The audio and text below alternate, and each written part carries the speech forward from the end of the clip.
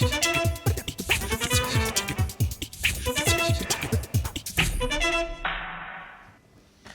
and welcome to the interview on France 24. Crisis? What is a crisis? Sepp Blatter's reaction to corruption allegations rocking FIFA summed up what many feel is wrong with the football's world governing body. FIFA's president has acknowledged, quote, difficulties after accusations that Qatar had bought the 2022 World Cup and after the suspension of two top FIFA executives. That suspension left Blatter unopposed in an election for a fourth term as president. Needless to say, the criticisms of FIFA as an unaccountable, bribe-prone organisation with its head in the sand have just grown louder. Our guest today is a notable sports journalist from the Financial Times, Simon Cooper, whose books include The Football Men, Football Against the Enemy, and Soccernomics. Thank you for being on the interview, Simon. Why do these scandals keep coming back? It's the nature of FIFA. It's unaccountable to anyone. They get money from the World Cup in TV rights and in sponsors' payments. Nobody quite knows what happens to that money, so the people in charge of the organisation sometimes use that money to buy votes. And anyone who wants to host the World Cup can also try and use their money to buy votes. How does the money flow actually work? I mean, what do you know about it? Where does it go? Well, if you want to broadcast the World Cup on your television station, you pay money to FIFA for that right, whether you're in the US or in Tuvalu. The money goes to FIFA. It's not entirely always clear where all that money is. Every 4 years, the FIFA president needs to be re-elected, so he or anyone else trying for re-election can give that money to a country and say, this is to stimulate the development of football in your country, now please vote for me. Similarly, if you're, say, a country called Ruritania and you want to host a World Cup, well, there's 24 men who are on the FIFA Executive Committee who vote on who gets to host the World Cup. So you're Ruritania and you go to one of those men and you say, look, I want to stimulate the development of football in your country. Here's $1 million. I'm not going to ask you what you do with that million. Please vote for me. So these are the ways business has traditionally been done in FIFA. So there's really no clear line between bribes and what you say is incentivizing a country to stimulate football in that country.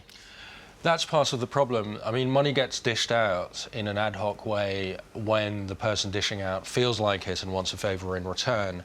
And you can always defend that the money you're paying is not a bribe, but for football development.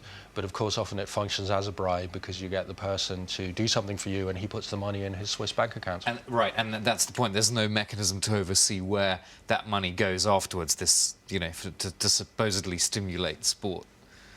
There is no oversight of FIFA. There is no regulator. They do what they like. There are a few men and a cash box in Switzerland. We, the world, have no control over it. We, the world, are complaining about them. They traditionally just ignore what we say. And they have an ethics committee now.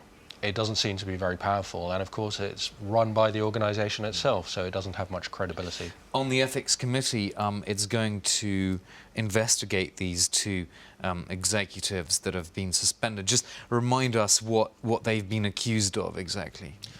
Well, I mean, of the 24 members of the executive committee, the most powerful body in FIFA, of the 24 last year, I think 10 are now accused of some form of corruption or other.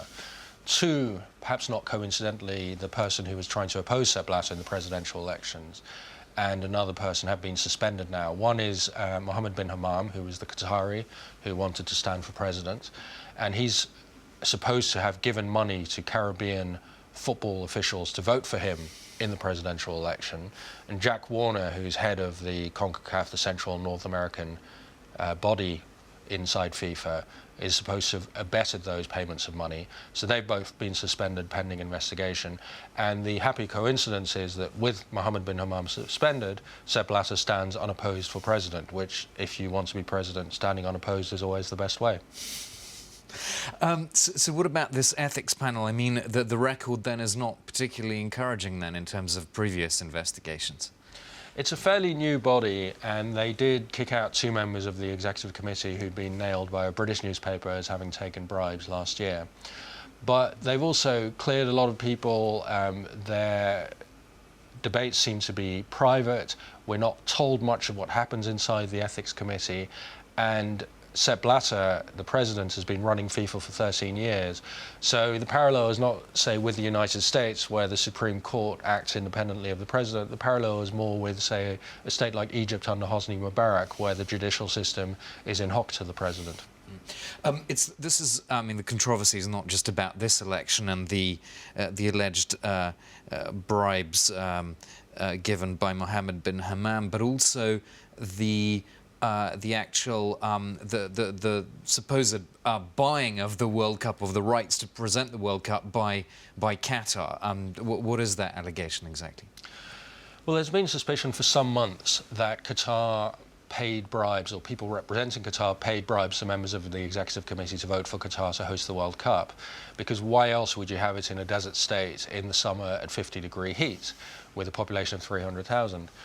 Now, in front of the British Parliament in May, some of these allegations were made public, and also it now seems that inside FIFA itself, people are saying that Qatar did this because an email has been made public in which Jerome Falk, the chief bureaucrat in FIFA, says Mohammed bin Hammam, who's a Qatari, thought he could buy FIFA, i.e. buy the presidency, just as they bought the World Cup. Now, this email by Jerome Falk, the chief bureaucrat of the organization, seems to imply that Falk thought that Qatar bought the World Cup. Now, that's very serious stuff.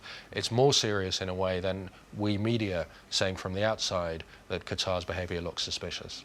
I mean, that's really would be a huge blow to the whole process, wouldn't it? I mean, if it's proven that a country can buy that kind of vote.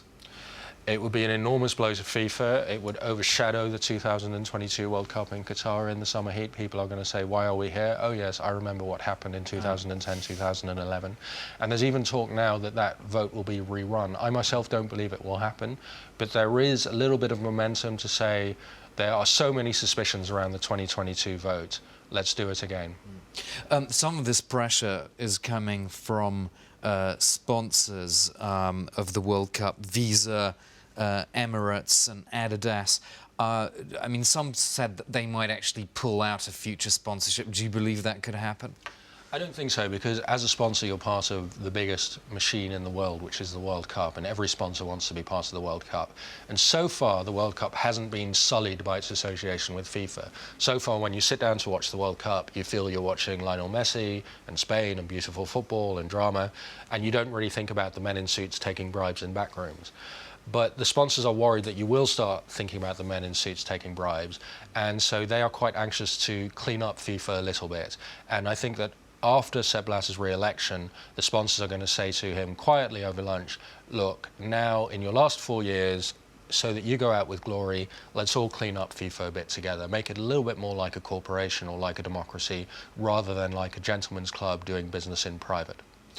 What do you think they could suggest in terms of concrete reforms?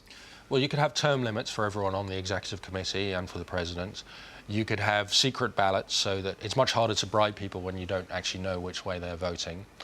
You could have all sorts of ethical procedures. So, for example, any money that gets paid to an association for football development, you have to note when the money was paid, by whom, where the money goes. There has to be much more transparent accounting.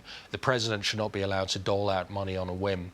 And there should be an outside regulator of ethical codes. You could think of a regulator against corruption in sport that had FIFA as part of its remit. It cannot be anymore that FIFA regulates itself. No, that's really the key point. But would that be a sort of international organisation or an NGO of some kind? I mean, how would you see that regulated, the identity of it? Yeah, I mean, you could think of the model of WADA, which regulates doping in sport more or less effectively, and you could have a separate regulator that oversees corruption in sport, and that could encompass match fixing, but it could also encompass governance at FIFA and the IOC, because these are all bodies that the world has a stake in. We all care about the World Cup, we all care about the Olympics, but we have no stake in it, and our money goes to fund that. I mean, if you watch TV, if you're watching the ads come by on TV, or if you're subscribing to a channel that broadcasts that football, you are paying for the World Cup. As a football fan, your love is supporting the World Cup, but you're completely powerless to decide whether it gets played in 50-degree summer heat or not. And I suppose that national football associations, which some of whom are obviously very unhappy about the way things are going at FIFA, especially the England Football Association. I mean, those could provide some sort of bricks and mortar for a new regulatory body, couldn't they? Well, so far, very few football associations of countries seem unhappy. The English are unhappy and the Americans are unhappy, and FIFA will say, well, they're sore losers because they both wanted to host the World Cup and they lost.